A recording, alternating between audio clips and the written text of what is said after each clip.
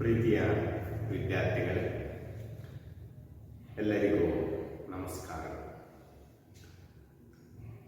ಮಕ್ಕಳೇ, ಹಿಂದಿನ ತರಗತಿಯಲ್ಲಿ 9ನೇ ತರಗತಿ ಪಠ್ಯಪೂರಕ ಅಧ್ಯಯನದಲ್ಲಿ ಶಾಂತರಸ ಬರೆದಿರುವ ಉರಿದ ಬದುಕು ಎಂಬ ಸಾಹಿತ್ಯದ ಒಂದು ಪಾಠದ ಬಗ್ಗೆ ತಿಳ್ಕೊತಾ ಇದ್ದೀನಿ.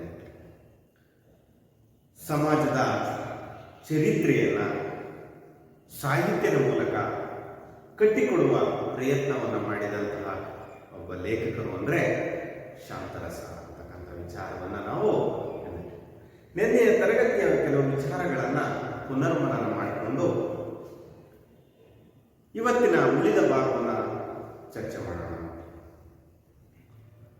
ಕನ್ನಡ ಸಾಹಿತ್ಯದಲ್ಲಿ ಇವತ್ತು ನಾವು ಕಲಿತಿರ್ತಕ್ಕಂತಹ ಒಂದು ಪಾಠ ಭಾಗ ಸಮಾಜದ ಇತಿಹಾಸವನ್ನು ಒಳಗೊಂಡಿರ್ತಕ್ಕಂತಹ, ಚರಿತ್ರೆಯನ್ನು ಒಳಗೊಂಡಿರ್ತಕ್ಕಂತಹ ಒಂದು ಕಥೆ.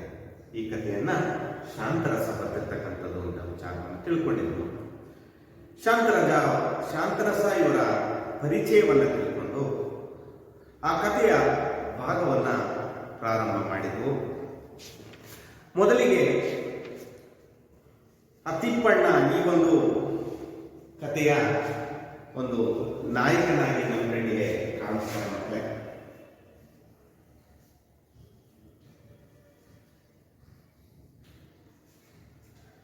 ಹೈದರಾಬಾದಿನ ನಿಜಾಮರ ವಿರುದ್ಧವಾಗಿ ಸಮರವನ್ನು ಸಾರಿದಂತಹ ವ್ಯಕ್ತಿ ಈ ತಿಪ್ಪಣ್ಣ ಮನೆಯಿಂದ ಹೊರಗೆ ಇದ್ದಾನೆ. ಆದರೆ ಈ ಸಿಟ್ಟಿನಿಂದ ಮತ್ತೆ ತಿಪ್ಪಣ್ಣ ಬಂದು ಮನೆಯ ಬಾಗಿಲನ್ನ ತೆಗಿಲಿಕ್ಕೆ ಕಟ್ಟುತ್ತಾನೆ. ಅಂದರೆ ಬಾಗಿಲು ಮುಚ್ಚಿದ ಸ್ಥಿತಿಯಲ್ಲಿದ್ದದನ್ನು ಗಮನಿಸಿ ಕಾಶಿಮಲ್ಲಿ ಅನ್ನ ಕೊಲ್ಲಲು ಬಂದು ಇವಳನ್ನೇ ಕೊಲ್ಲಬೇಕಿತ್ತು ತನ್ನ ತಂಗಿಯನ್ನ ಅಂತ ಆಲೋಚನೆ ಮಾಡ್ತಾನೆ. ಮಕ್ಕಳೇ, ಆದರೆ ಎಲ್ಲಿಗೆ ಹೋಗೋದು ಅಂತ ಯೋಚನೆ ಮಾಡಿದಾಗ ಮತ್ತೆ ಸುದ್ದಿ ಬಳಸಿ ಅಲ್ಲಿಗೆ ಬರ್ತಾನೆ. ಮತ್ತೆ ಬಾಗಿಲನ್ನು ತರ್ತಾನೆ. ಸ್ವಲ್ಪ ಬಾಗಿಲು ತೆರೆಯುತ್ತೆ. ಆಗ ಅವನ ತಂಗಿ ಅನ್ನವ್ವ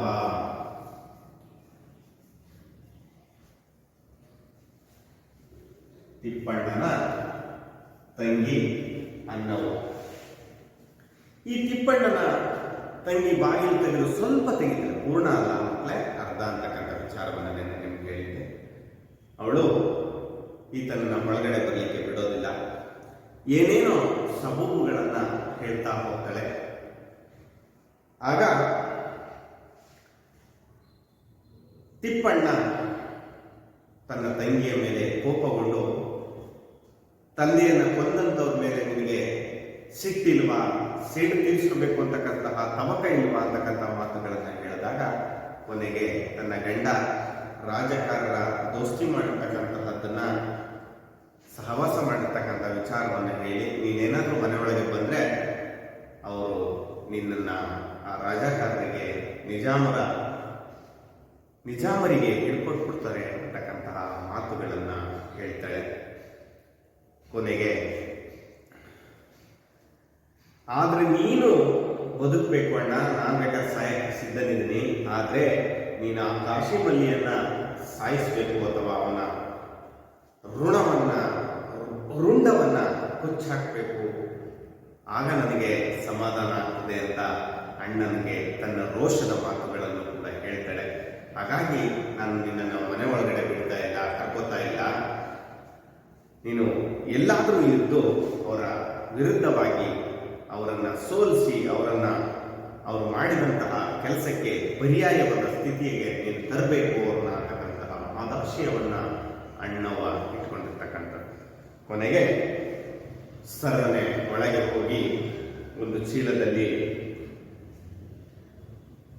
ರೊಟ್ಟಿ ಮತ್ತು ಗಟ್ಟಿಬೇಳೆಯನ್ನು ತಂದು ಕೊಡ್ತಾಳೆ. ಎಲ್ಲಾದರೂ ಹೋಗಿ ತಿನ್ನು ಅಂತ ಕೊಟ್ಟು ಬಾಗಿಲನ್ನು ಹಾಕೋತಾಳೆ. ಆಗ ಈತ ಮನೆಗೆ ಬರಬೇಕಾದ್ರೆ ಯಾರೋ ಹಿಂದೆ ಹಿಂಬಾಲಿಸಿದ್ರು ಅಂತಕ್ಕಂತಹ ಮನಸ್ಥಿತಿ ಅವನಿಗೆ ಇತ್ತು. ಅವನ 6ನೇ ಇಂದ್ರಿಯ ಕೆಲಸ ಮಾಡಿತ್ತು, ಗಮನಿಸಿದ್ದ. ಕತ್ತಲೆಯಲ್ಲಿ ಸೀಳಿಕೊಂಡು ಎಲ್ಲಿ ಹೋಗೋದು ಅಂತ ಯೋಚನೆ ಮಾಡ್ತಾ ಮಾಡ್ತಾ ಮಾಡ್ತಾ ಈ ರೀತಿಯಾಗಿ ಯೋಚಿಸ್ತಾನೆ. ಪೊಲೀಸರಿದ್ದಾರೆ, ರಾಜಾಕಾರ ದಂಡಿದೆ, ಅಗಸೆಯಲ್ಲಿ ಹೋದ್ರೆ ಪ್ರಾಣ ಹೋಗುತ್ತೆ, ಈ ಓಣಿಯಲ್ಲಿ ಹೋದ್ರೆ ಮಸೀದಿ ಇದೆ, ಅಲ್ಲಿ ರಾಜಕಾರರ ಕ್ಯಾಂಪ್ ಇದೆ, ಇರ್ತಕ್ಕಂತಹ ಒಂದೇ ಒಂದು ಜಾಗ ಅದು ಈ ಸಂಧಿ. ತಪ್ಪಿಸಿಕೊಂಡು ಹೋಗಬೇಕಾದ್ರೆ ಈ ಸಂಧಿಯಲ್ಲಿ ಹೋಗ್ಬೇಕು ಅಂತ ಆಲೋಚನೆ ಮಾಡ್ತಾನೆ ಮಕ್ಕಳೇ. ಅಷ್ಟೊತ್ತಿಗೆ ಏನಾಯ್ತು ಮುಂದಿನ ಭಾಗವನ್ನು ಗಮನಿಸಿ. ಒಂದೆರಡು ಮನೆ ದಾಟಿಲ್ಲ, ಯಾರೋ ಹಿಂದೆ ಬಂದ ಶಬ್ದ. ತಿಪ್ಪಣ್ಣ ಹಿಂದಿರುಗಿ ನಿಂತು ಕೈ ಬಾಂಬಿಗಾಗಿ ಜೇಬಿನಲ್ಲಿ ಕೈ ಇಳಿಬಿಟ್ಟ. ಯಾರೂ ಇಲ್ಲ. ತಿಪ್ಪಣ್ಣ ಹಿಂದಿರುಗಿ ನಡೆದ. 4-8 ಮಾರು ಹೋಗಿರಲಿಲ್ಲ. ಹಿಂದಿನಿಂದ ಕಪ್ಪನೆ ಅವನ 2 ಕೈಗಳನ್ನು ಹಿಡಿದರು.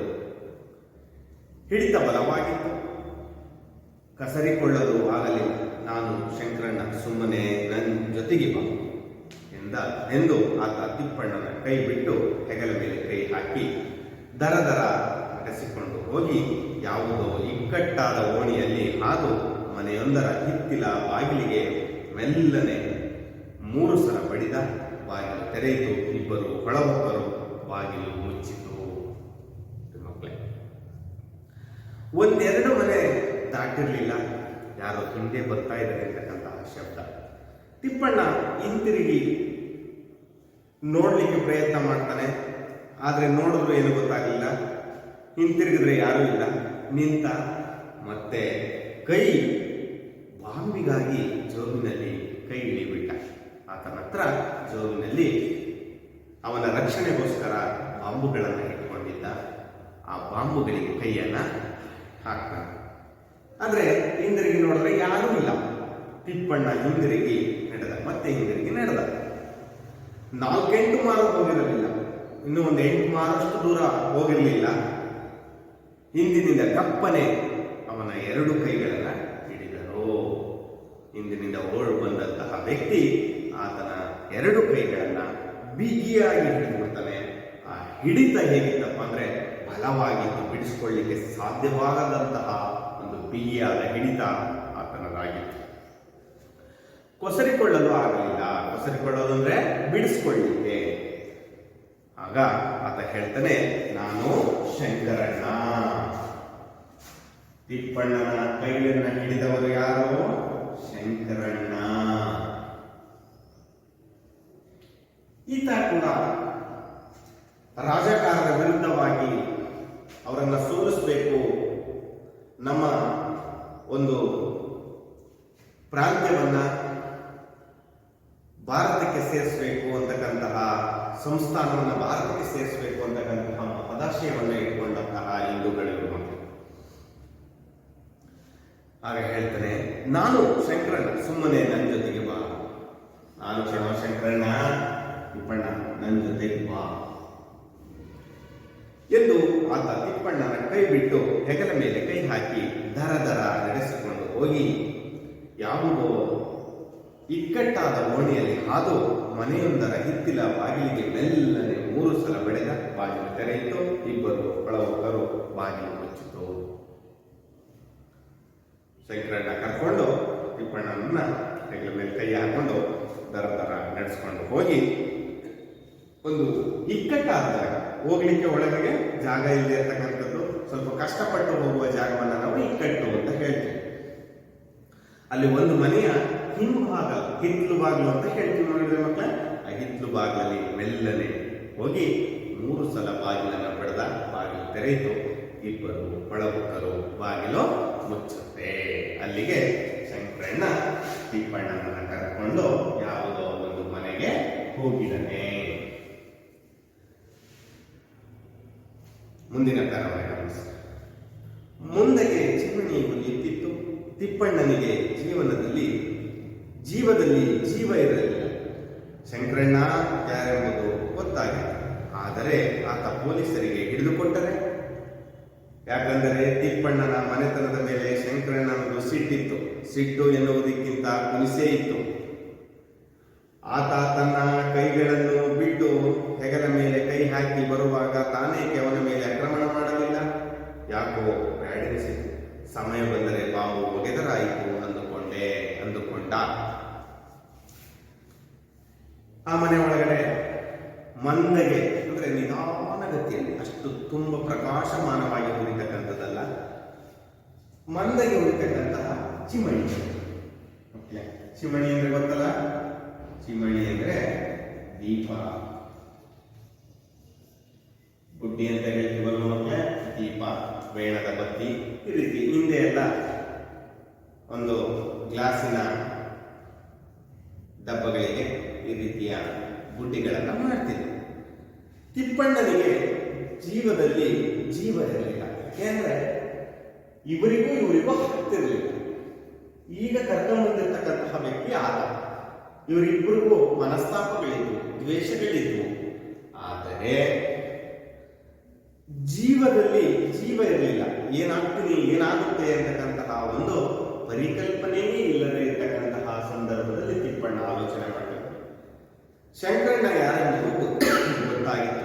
ಶಂಕರಣ್ಣ ಯಾರು ಅಂತಕ್ಕಂಥದ್ದು ತಿಪ್ಪಣ್ಣನಿಗೆ ಗೊತ್ತಿತ್ತು. ಆದ್ರೆ ಇವನ ಆಲೋಚನೆ ಬರುತ್ತೆ ತಿಪ್ಪಣ್ಣ. ಆದ್ರೆ ಈತ ಪೊಲೀಸರಿಗೆ ಹಿಡಿದುಕೊಟ್ರೆ, ಪೊಲೀಸರಿಗೆ ಏನಾದ್ರು ಹಿಡಿದುಕೊಟ್ಬಿಟ್ರೆ ಪ್ರಶ್ನೆ ಹೊಳಿತಾ ಇದೆ.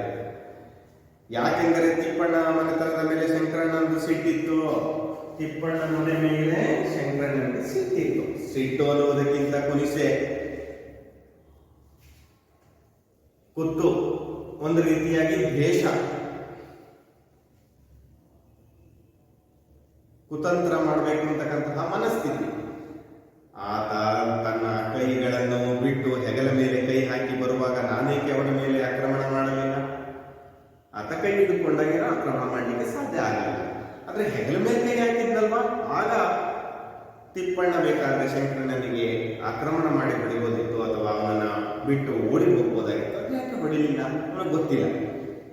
ಯಾಕೋ ಬೇಡ ಅನಿಸಿತು, ಯಾಕೋ ಬೇಡ ಅಂತ ಅನ್ನಿಸ್ತು ಅವನಿಗೆ. ಹಂಗಾಗಿ ಬಿಟ್ಟ. ಸಮಯ ಬಂದರೆ ಬಾವು ಒಗೆದರಾಯಿತು ಅಂದುಕೊಂಡ. ಏನಾದರೂ ನನಗೆ ತೊಂದರೆ ಆದ್ರೆ, ಏನಾದರೂ ನನಗೆ ಕಷ್ಟ ಬಂದ್ರೆ, ಏನಾದರೂ ನಾನು ರಾಜಕಾರಕ್ಕೆ ಇಟ್ಟುಕೊಡುವ ಪ್ರಯತ್ನವನ್ನು ತಿಪ್ಪಣ್ಣನನ್ನ ಶಂಕರಣ್ಣ ಮಾಡಿದ ಅಂದ್ರೆ, ಆಗ ಬೇಕಾದ್ರೆ ನಾನು ಬಾಂಬನ್ನು ಒಗೆದರಾಯ್ತು. ಒಗೆಯೋದು ಅಂದ್ರೆ ಎಸೆಯುವುದು, ಅವರ ಮೇಲೆ ಬಾಂಬುಗಳನ್ನ ಎಸೆದರಾಯ್ತು ಅಂತ ಆಲೋಚನೆಯನ್ನ ಯಾರು ಮಾಡ್ತಾರೆ? ಶಂಕರಣ್ಣ ಮಾಡ್ತಾರೆ ಮಕ್ಕಳೇ. ಚಿಮಣಿಯ ಬೆಳಕಿನಲ್ಲಿ ತಿಪ್ಪಣ್ಣ ಇನ್ನೊಬ್ಬ ಬಾಗಿಲು ತೆರೆದ ವ್ಯಕ್ತಿಯನ್ನು ನೋಡಿದ. ದಪ್ಪ ಮೀಸೆಯ ಕುಳ್ಳನ ಮನುಷ್ಯ. ಒಂದು ಹಲ್ಲು ಮುಂದೆ ಬಂದಿತ್ತು. ವಿಶ್ವಾಸ ಸೂಸುವ ಕಣ್ಣುಗಳು ಪಳಪಳ ಹೊಳೆಯುತ್ತಿದ್ದವು.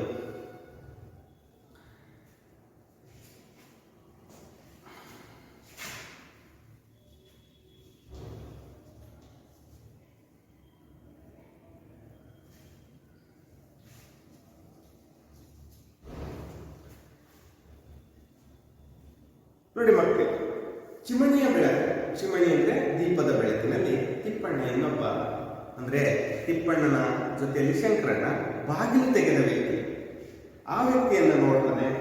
ದಪ್ಪ ಮೀಸೆಯ ಕುಳ್ಳು ಮನುಷ್ಯ, ದಪ್ಪ ಮೀಸೆ ಬಿಟ್ಟುಕೊಂಡಿರ್ತಕ್ಕಂತಹ ಕುಳ್ಳನೆಯ ಅಥವಾ ಸ್ವಲ್ಪ ಎತ್ತರದಲ್ಲಿ ಚಿಕ್ಕವಾಗಿರ್ತಕ್ಕಂತಹ ಮನುಷ್ಯ. ಒಂದು ಹಲ್ಲು ಮುಂದೆ ಬಂದಿತ್ತು.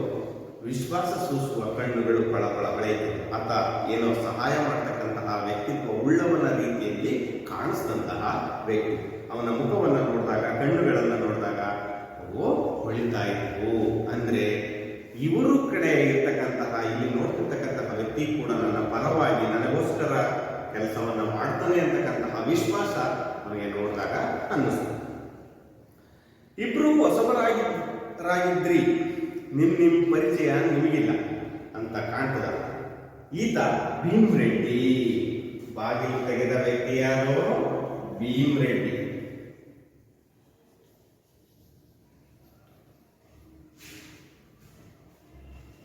ಈತ ತಿಪ್ಪಣ್ಣನಿಗೆ ಭೀಮ್ ರೆಡ್ಡಿಯ ಪರಿಚಯವನ್ನ ಮಾಡ್ಕೊಡ್ತಾ ಇದ್ದಾನೆ. ಯಾರು?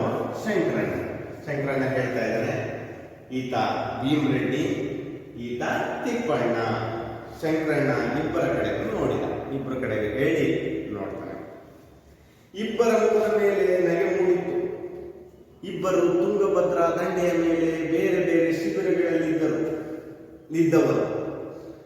ಅವರಿಬ್ಬರು ನದಿ ದಾಟಿ ಬಂದು ಆಕ್ರಮಣ ಮಾಡುತ್ತಿದ್ದರು. ಸಾಕಷ್ಟು ಹೆಸರು ಮಾಡಿದರು. ಪೊಲೀಸರು, ರಾಜಕಾರರು ಇವರ ಹೆಸರು ಕೇಳಿದರೆ ಹೆದರುವಷ್ಟು ಅವರ ಸಾಹಸ.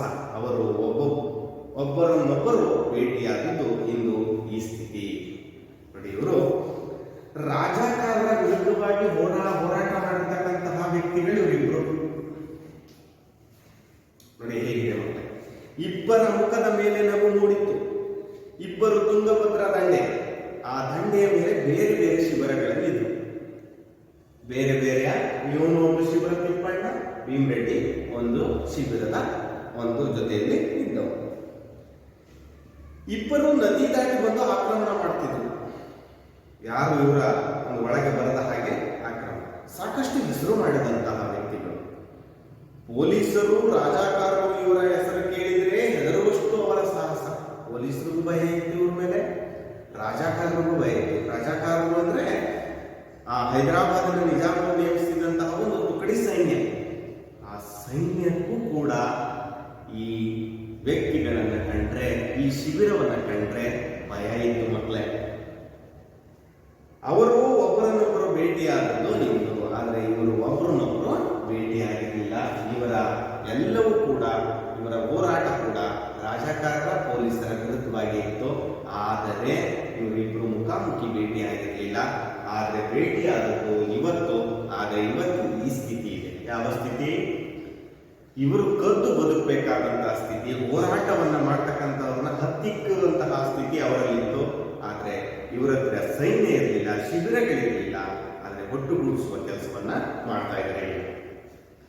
ತಿಪ್ಪಣ್ಣ ಆ ಕೋಣೆಯ ತುಂಬ ಕಣ್ಣಾಡಿಸಿ ಶಂಕರಣ್ಣನನ್ನು ನೋಡಿದ. ಆ ನೋಟದಲ್ಲಿ ಏನೇನು ಪ್ರಶ್ನೆಗಳಿದ್ದವೋ. ಎಲ್ಲಿ ಕರ್ಕೊಂಬಂದ ಇವನು ಶಂಕರಣ್ಣ ಅಂತ ಹೇಳಿ ತಿಪ್ಪಣ್ಣ ಕೋಣೆಯ ತುಂಬ ಕಣ್ಣಾಡಿಸ್ತಾನೆ. ಎಲ್ಲ ಸುತ್ತ ನೋಡ್ತಾನೆ. ಶಂಕರಣ್ಣನು ನೋಡಿದ ಆ ನೋಟದಲ್ಲಿ ಏನೇನೋ ಪ್ರಶ್ನೆಗಳಿದ್ವೋ, ಏನೇನೋ ಪ್ರಶ್ನೆಗಳು ಹೊಳಿತಾ ಇದ್ವು. ಎಲ್ಲಿಗೆ ಬಂದಿದ್ದೀನಿ, ಯಾಕೆ ಬಂದಿದ್ದೀನಿ, ಯಾಕೆ ಈ ಶಂಕರಣ್ಣನ ನನ್ನನ್ನು ಕರ್ಕೊಂಡ್ಬಂದಿದ್ದಾನೆ ಅಂತಕ್ಕಂತಹ ಅನೇಕ ಪ್ರಶ್ನೆಗಳು. ನೋಡಿ ಏನೇನು ಪ್ರಶ್ನೆ. ಅದಕ್ಕೆ ಉತ್ತರವನ್ನ ಶಂಕರಣ್ಣ ಕೊಡಲಿಕ್ಕೆ ಪ್ರಾರಂಭ ಮಾಡಿಬಿಡ್ತಾನೆ. ಇದು ನನ್ನ ಮನೆಯಲ್ಲ. ನನ್ನ ಮನೆಯನ್ನ 4 ತಿಂಗಳ ಹಿಂದೆ ರಾಜಕಾರರು ಸುಟ್ಬಿಟ್ರು. ಇದ್ದ ಒಬ್ಬಾಕಿ ಅಮ್ಮ ಹೋದ ವರ್ಷ ಸತ್ತೋದು. ನಾನೊಬ್ಬನೇ. ಊರಾಗ ಕಷ್ಟ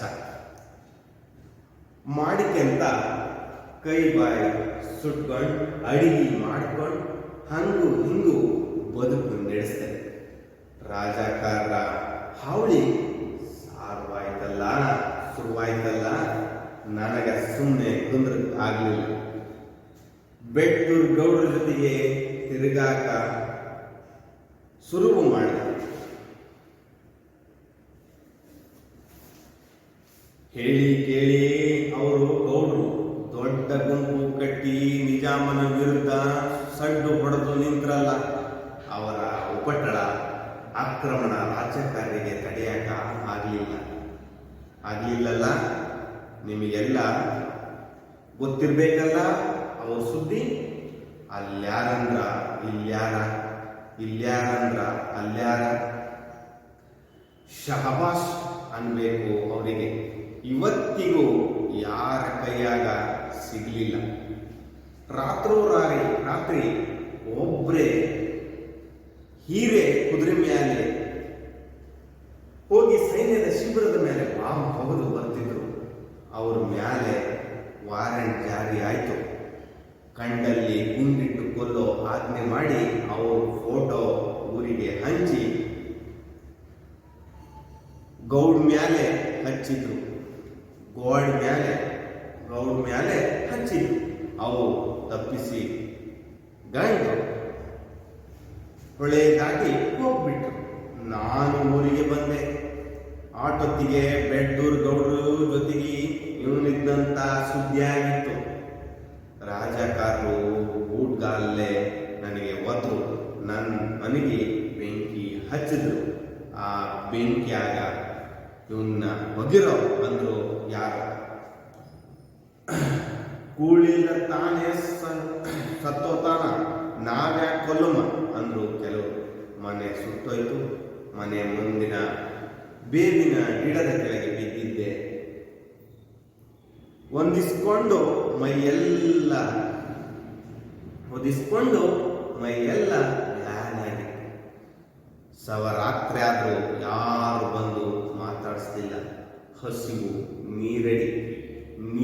ನೀರು ಅಂತ ಒದರುತ್ತಿದ್ದೆ. ರಾಜಕಾರರಿಗೆ ಅಂಜಿ ಯಾರೂ ಸಮೀಪ ಬರಲಿಲ್ಲ ಅಂತ ಆಮೇಲೆ ಗೊತ್ತಾಯ್ತು.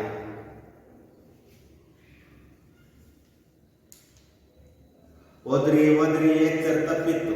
ಎಚ್ಚರಾದಾಗ ಇಲ್ಲೇ ಆ ಮೂಲೆ ಇಲ್ಲೇ ಇದೇ ಕೋಲಿಯಾಗಿದ್ದೆ. ಇದು ಮಾತ್ರ ದುರ್ಗಪ್ಪನ ಮನೆ.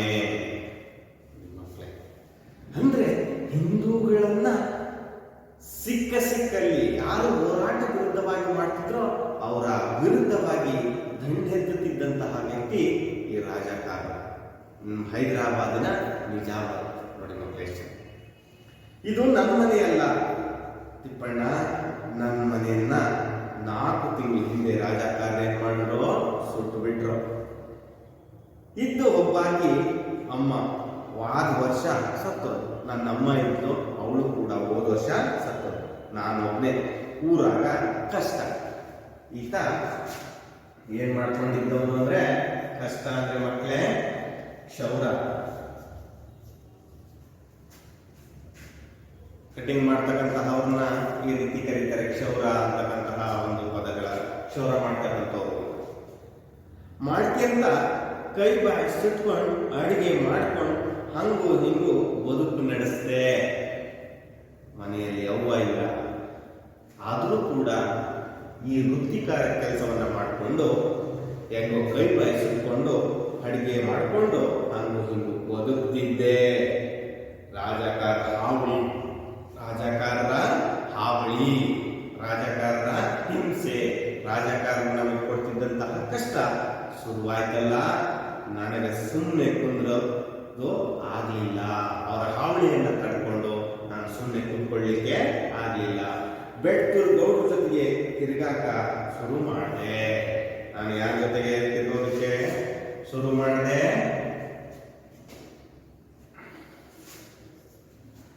ಬೆಟ್ಟೂರು ಗೌಡ್ರು.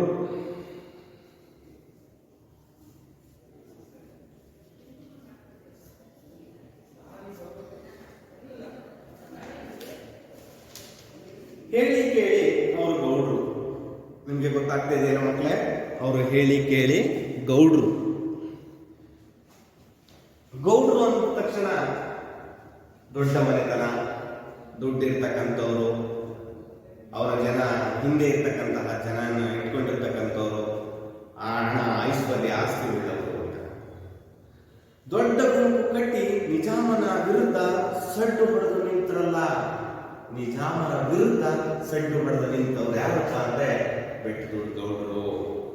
ಅವರ ಉಪಟಳ ಮಕ್ಕಳೇ, ಅವರ ಉಪಟಳ ಅಂದ್ರೆ ಮಕ್ಕಳೇ ಹಿಂಸೆ, ಆಕ್ರಮಣ. ರಾಜ್ಯಕಾರರಿಗೆ ತಡೆಯಕ್ಕಾಗಲಿಲ್ಲ. ಇವರ ಕೊಡ್ತಕ್ಕಂತಹ ಹಿಂಸೆಯನ್ನ, ಬೆಟ್ಟದೂರು ಗೌಡರು ಕೊಡ್ತಕ್ಕಂತಹ ಹಿಂಸೆಯನ್ನ, ಆಕ್ರಮಣವನ್ನ ರಾಜಕಾರರಿಗೆ ತಡಿಲಿಕ್ಕೆ ಆಗ್ಲೇ ಇಲ್ಲ. ನಿಮಗೆಲ್ಲ ಗೊತ್ತಿರ್ಬೇಕಲ್ಲ ಈ ಸುದ್ದಿ, ಈ ಬೆಟ್ಟದೂರು ಗೌಡರು ಸುದ್ದಿ ನಿಮಗೆ ಗೊತ್ತಿರ್ಬೇಕಲ್ಲ ಅಂತ ಹೇಳಿ ತಿಪ್ಪಣ್ಣ ಭೀಮರೆಡ್ಡಿಗೆ ಹೇಳ್ತಾರೆ. ಅಲ್ಯಾರಂದ್ರ ಇಲ್ಯಾರ, ಇಲ್ಯಾರಂದ್ರ ಅಲ್ಯಾರ. ಇಲ್ಲಿದ್ದಾರೆ ಅಂತ ಹೇಳಿದ್ರೆ ಇಲ್ಲಿರ್ತಿರ್ಲಿಲ್ಲ, ಅಲ್ಲಿದ್ದಾರೆ ಅಂದ್ರೆ ಅಲ್ಲಿರ್ತಿರ್ಲಿಲ್ಲ.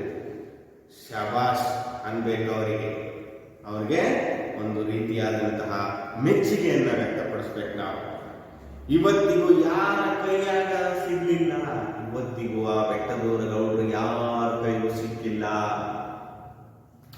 ರಾತ್ರಿ ಒಬ್ರೆ ಹೀರೆ ಕುದುರೆ ಮೇಲೆ ಹೋಗಿ ಸೈನ್ಯದ ಶಿಬಿರದ ಮೇಲೆ ಬಾಂಬ್ ಮುಗಿದು ಬರ್ತಿದ್ರು. ಒಬ್ರೆ ಕುದುರೆ ಮೇಲೆ ಹೇರಿ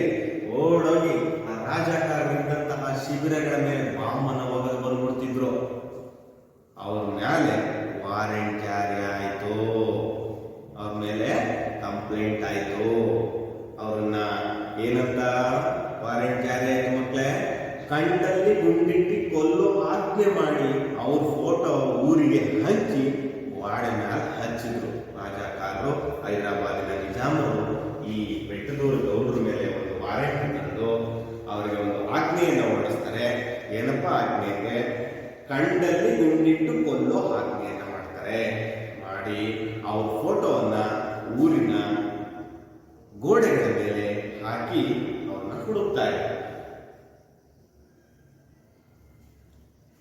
ಅವರು ತಪ್ಪಿಸಿಕೊಂಡು ಹೊಳೆ ದಾಟಿ ಹೋಗೇ ಬಿಟ್ಟರು. ಈ ತರದ ಸುದ್ದಿ ಬಂದ ತಕ್ಷಣ, ಅವ್ರ ಮೇಲೆ ವಾರೆಂಟ್ ಬಂದ ತಕ್ಷಣ, ಈ ತರದ ಆಜ್ಞೆ ಬಂದ ತಕ್ಷಣ ಅವರು ಹೊಳೆ ದಾಟಿ ಅವರು ಊರನ್ನ ಬಿಟ್ಟು ಹೋಗಿಬಿಟ್ರು. ನಾನು ಊರಿಗೆ ಬಂದೆ, ನಾನು ಬೆಟ್ಟದೂರು ಗೌಡ್ರ ಊರಿಗೆ ಬಂದೆ. ನಮ್ಮೂರಿಗೆ ಬಂದಾಗ ಆಟೊತ್ತಿಗೆ ಬೆಟ್ಟದೂರು ಗೌಡ್ರ ಜೊತೆಗೆ ಇವನಿದ್ದಂತ ಸುದ್ದಿ ಆಗಿತ್ತು. ಯಾರಿದ್ದಂತ? ಶಂಕರಣ್ಣ ಇದ್ದಂತ ಅಂತ ಸುದ್ದಿ ಆಗಿತ್ತು.